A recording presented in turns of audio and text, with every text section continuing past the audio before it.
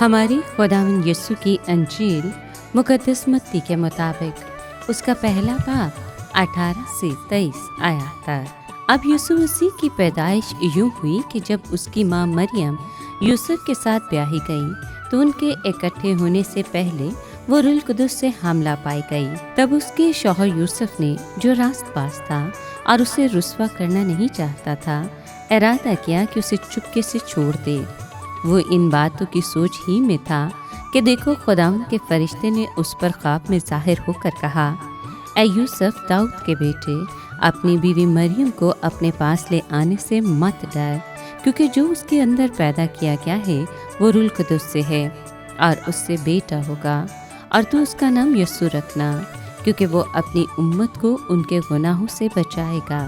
یہ سب کچھ ہوا تاکہ جو خداوند نے نبی کی معرفت کہا تھا پورا ہو، کہ دیکھو، کنواری حاملہ ہوگی اور اس سے بیٹا ہوگا، اور اس کا نام ایمانویل رکھیں گے، جس کا ترجمہ ہے خدا ہمارے ساتھ ہے۔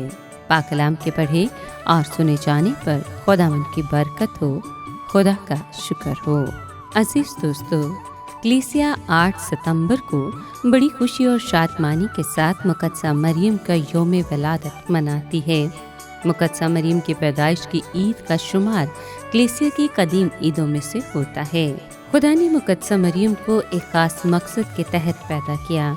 مقدسہ مریم کی پیدائش اور زندگی کا مقصد محض خدا کی ماں بننا نہیں تھا، بلکہ یسوع کو جنم دینے کے وسیلے خدا اور انسان کے ٹوٹے ہوئے رشتے کو بحال کرنا تھا۔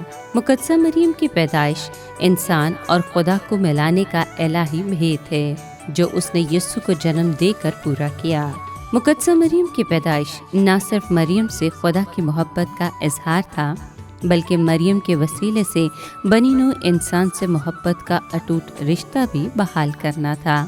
مقدسہ مریم کی پیدائش خدا کی لازوال محبت کا وہ عظیم مکاشفہ ہے جسے اس نے مقدسہ مریم کے بطن اطہر سے ظاہر کیا، جو پوری انسانیت کی نجات کا سبب بنا۔ آئیے مقدسہ مریم کے جنم دن کے موقع پر اس کی مثالی زندگی، بھرپور ایمان اور مکمل تابعداری کے ساتھ خدا کا شکر ادا کریں، اور اپنی زندگی اس کے نقش قدم پر ڈھالتے ہوئے خدا سے دعا کریں کہ ہماری زندگی کے ایام بھی مقدسہ مریم کی طرح خدا کی بڑائی اور لوگوں کی خدمت میں بسر ہوں۔ آپ سب کو مقدسہ مریم کا جنم دن بہت بہت مبارک ہو۔